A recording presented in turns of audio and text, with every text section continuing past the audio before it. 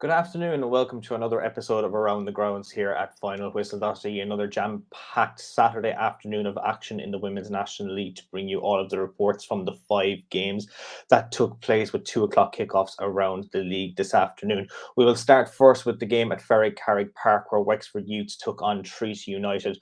Wexford, of course, remain unbeaten so far this season after their opening 2 games. They were looking to continue their unbeaten run against the Treaty United side, who have yet to score a point so far this season. Watching for us was Ronan McCarthy. Hi, Diarmuid. Yeah, we have full time here at Carrick Park, and the youth women ran out 3-goal winners in the end. Treaty made quite a bright start. They really defended well for the first half an hour or so, and I must say as well, Olivia Gibson deserves huge credit for the chance she created. But after about 30 minutes, the youths finally broke the deadlock with Kylie Murphy scoring a close range header after Becky Watkins broke down from her own half. Olivia Gibson got in again, though. She was in through one-on-one against Maeve Williams, the keeper, for the first half, but Williams did really well to prevent the goal from going in. And as well as that, a super shot from distance from Olivia Gibson meant that Treaty had these chances throughout the first half. Second half then, the youth women did pick up and improve. They brought Lauren Dwyer into centre back. They were able to move the ball from side to side a bit quicker, created some more chances. But again, you have to say Treaty did well. Michaela Mitchell pulled off some excellent saves from shots from Ella Malloy and Tegan Lynch. The chances continued to come, though, and in the end, they managed to add 2 more goals to their tally through Ella Malloy with a lovely close-range finish, the assist coming from Ciara Roster, and then a mirror of the first goal as Kylie Murphy headed from close range again for the third goal. Perfect, Ronan. Thank you for that report from all of the action at Carrick Park. Now we'll move toward the Athlone Town Stadium where Athlone Town took on Galway United. Athlone looking for yet another point. They've only scored 1 point this season, coming up against mid-table Galway United. Watching for us was our reporter, Sean Comer. Yeah, Diarmuid, full time here in Athlone, and Athlone have their first win of the WNL season. They beat Galway 3-1. And this wasn't a very action-packed first half. I think Chloe Singleton in the first 20 minutes was getting a lot of joy down the right-hand side, but nobody was taking advantage really of the crosses she was putting in. Athlone kind of got away with one around the 23-minute mark. Emma Starr sent an in-swinging corner in from the left. And the ball just seemed to dip as it was coming in near the Athlone goal. And I don't know if anybody ought to get a touch, but it hit off the post. And Athlone just hadn't dealt with the set piece well, but they got away with it. I think the closest chance of the first half came right before half-time. When Janice Slattery worked away into the Athlone box well, and she fired a shot, but it dipped just over the bar. And then 8 minutes into the second half, Galway might be able to feel a bit hard done by. The ball was whipped in, and Emma Starr was in the 6-yard box, and she headed it in. The flag went up for offside, but apparently the replay up here in the press box shows that at close it was very it was very, very close whether she was offside or not. And that was tough for Galway because 10 minutes later Athlone had the lead. An in-swinging corner came in and it just bounced around the Athlone box, and Gillian Keenan was on the spot. She hammered it in. And then 10 minutes after that, for the next 10 minutes I suppose after that, Athlone looked like they had a boost. But then in the 73rd minute they got their second, a free kick from Kelsey Munro on the right-hand side. She hit a left-footed effort. It looked like it dipped just over the Galway goalkeeper. I'm not sure if there was much she could do about it. It was a very good hit. And at that stage, you were thinking it looks like Athlone are going to win here. But then Aoife Thompson made them nervous for just a minute later. I mean, it could have been less than 60 seconds later. Chloe Singleton really aggressively, again, she had a good game out on the right wing, won the ball back on the right. She sent it in, and Aoife Thompson got on the end of her cross, nodded it in.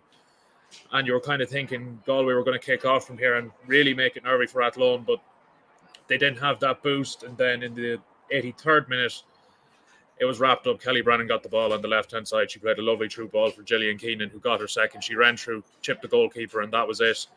A good second-half performance from Athlone to get the points today. Perfect, Sean. Thank you for that report from all of the action down in Athlone. Now, another team looking to make an impressive performance this weekend was Sligo Rovers. They welcomed Bohemians to the showgrounds. Bohemians, of course, not having the most ideal start to the season, whereas Sligo picked up their first win of the season last time out. With a report from all of the action from the showgrounds, our reporter, Alana. Such a quality goal. Well done, Sorry, I was just waiting until the announcement finished up there. But yeah, Bohemians made the most of their opportunities to capture a 3-1 victory against Sligo Rovers in the showgrounds this afternoon. Their first win of the 2022 Women's National League season. A Chloe Derby header and a brace from captain Sinead Taylor the difference. The home side had an earlier rare goal from keeper Kristen Sample, only for it to be ruled out, and they're after grabbing a late goal there through Emma Hansbury, the captain of course, and that was directly from another free kick. This time though, it was sustained. Both sides started with high intensity, Sligo employing a high press to pressure Bohemians' defence from the first whistle, and despite their progressive opportunities, it was the Gypsies who scored first. A fumble in the box resulting in Derby's efforts surpassing Sample around the 10th minute. Around 10 minutes later then Taylor was called for an offside, jolting Rovers netminder Sample into taking the free kick. As I said though, it was eventually ruled out. It had lofted over the entire defensive line and bounced over keeper Rachel Kelly before going in, but after some celebration and even confusion, it was very late as it was a direct, and since it was an offside foul, it was deemed not to be given. Skipper Sinead Taylor then capitalised on some space in Sligo's box to tuck away her outfit second of the day in the 33rd minute, causing the atmosphere to somewhat subdue in the showgrounds, and it stayed that way 2-0 heading into the interim. Derby and Taylor had some of the best chances then in the second half again, and they came close, it looked like, in the 83rd minute, but as Sample was off her line with Gemma McGuinness, put in some last ditch defending to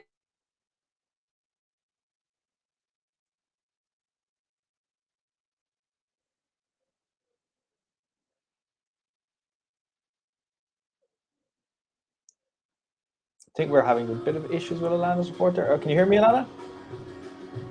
I think I'm back with you there. Sorry, I think I came out for a second, but yeah, as I said, Taylor got her brace then the 89th minute before captain Hansbury's free kick went in literally in the last second of the game, the last kick of the game.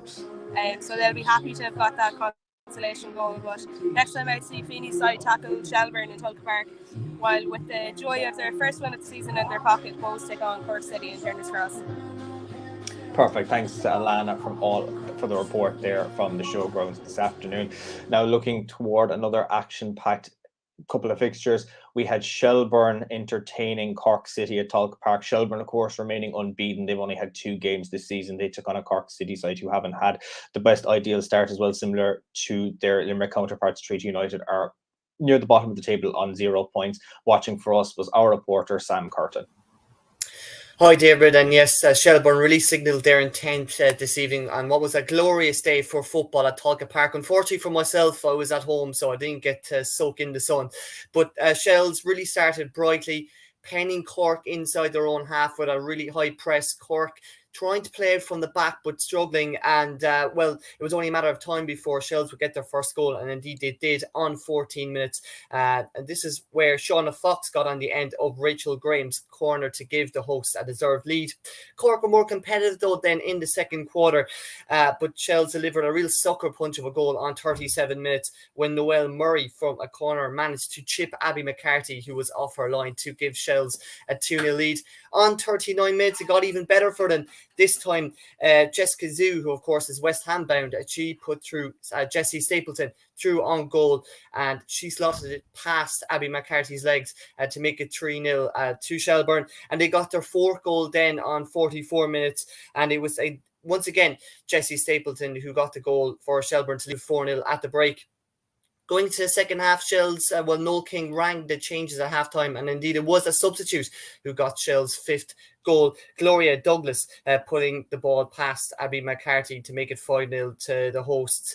And from there then, Alex Kavanagh nearly made it 6 on the hour mark, and what would have been probably the goal of the game. Her long-range effort just hit the Cork crossbar to deny what would have been maybe one of the goal of the season contenders. But he did get their 6 just a few minutes later, and it was Gemma Quinn who got it on 17 minutes when she fired her shot in after a goalmouth scramble from a corner. And finally then a late goal for Kate O'Dowd to make it 7-0 to compound Cork's misery, and I guess just make it a really excellent day's work for Noel King's side. It finished at Tulka Park this evening. Shelburne 7, Cork 0. Perfect, Sam. Thank you for that report from all of the action down at Tulka Park. Now, speaking of top of the table clashes, our final report of the day comes from the game down at PRL Park, where Peamount United took on DLR Waves. Peamount, of course, unbeaten in their opening 3 games, looking to make it 4 from 4 this afternoon against a Waves team who are looking to make a charge toward the top of the table. With a report from all of the action, John Nee. Hi, yes, thanks. It was the typical kind of game of two halves, I suppose, in PRL Park. Piedmont were definitely the better side in this first half. Their intensity in passing and pressing was just incredible in the first half. DLR were just not able to keep with them. Stephanie Roach had an effort after 6 minutes that just went just wide of the post. She crept into the edge of the box and kicked it just wide.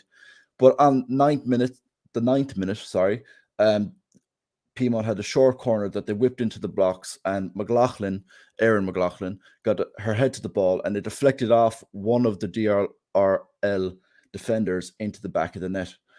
Just 2 minutes later, Lauren Kelly got a goal of her own. She was in the box. She was found in the box, nobody around her, and she slotted it away. Piedmont going 2-0 up inside 10 minutes. It was a nightmare start for the Waves. The Waves didn't get any efforts on goal until after the 26th minute. That's kind of when they started getting into the game. Piedmont dominated up to this point. And unfortunately for them, at the 34th minute, Anya O'Gorman found the back of the net. Stephanie Roach latched onto a loose ball edge of the box, drove into the box and cut it back to her. She was free at the back post for an easy tap-in. I don't know what was said at half-time, but the Waves came out incredibly aggressive for the second half. They were just all up in Piedmont's face, not giving them a second on the ball. And this really proved to be the turning point, I suppose, of the game. They made 2 substitutions. Mia Dodd came in, and 2 minutes later, she was on the score sheet. Around 35 yards out, she looped the ball in. It looked like it may have been a bit of a cross to the back post, but it did go in over the keeper's head. I'm sure she'll claim it was a shot. That was in the 58th minute. And Oletta Griffin practically did the exact same thing from the same side. She just came in, long ball in over the top, looped the goalkeeper, 3-2 with 13 minutes to go. And it was all Waves at that point. They arguably could have had a third, but unfortunately for them, they fell just short, and Piedmont came out 3-2 victory. Perfect, John. Thank you for that report from all of the action at PRL Park. Now, that brings a conclusion to all of Around the Grounds reports this afternoon. So what we'll do is just we'll give a quick brief run through the results that have been scrolling to the bottom of your screen anyway, just to give a brief update on that. Of course, Athlone Town got their first win of the season with the win over Galway United this afternoon. A big win for Athlone to get their season up and running. Of course, the result for Galway, not the ideal one they were hoping for this afternoon, especially losing a player like Savannah McCarthy last week through an ACL injury as well. Sligo Rovers, of course, suffering the 3-1 defeat to Bohemians. Bohemians, of course, also picking up their first win of the season. They'll be delighted to have gotten the first win, the 3 points that will boost their hopes for the season. Shelburne, of course, picking up a big 7-0 win. They now sit on second on 9 points thanks to their big goal difference in that regards. Cork City, of course, still down toward the bottom of the table with Treaty United on no points after the opening couple of games. Piedmont United, top of the table on 12 points with a big 3-2 win over the DLR Waves. Now we'll give a quick run through the fixtures for next week. On Saturday, the 2nd of April, Shelburne take on Sligo. The Waves take on Athlone Town. Treaty United take on Galway. Piedmont United take on Wexford Youths. And Cork City take on Bohemians. And we'll be back to you, of course, next Saturday with another Around the Grounds. Big thanks to all of our reporters as well for their reports from the grounds this afternoon. We seem to be having some technical bugs and glitches with our website at the moment. We'll make sure to have all of our reports uploaded as soon as possible. We'll be back again this coming Friday night with action from the men's Premier and First Division. But until next weekend, thank you for watching and goodbye.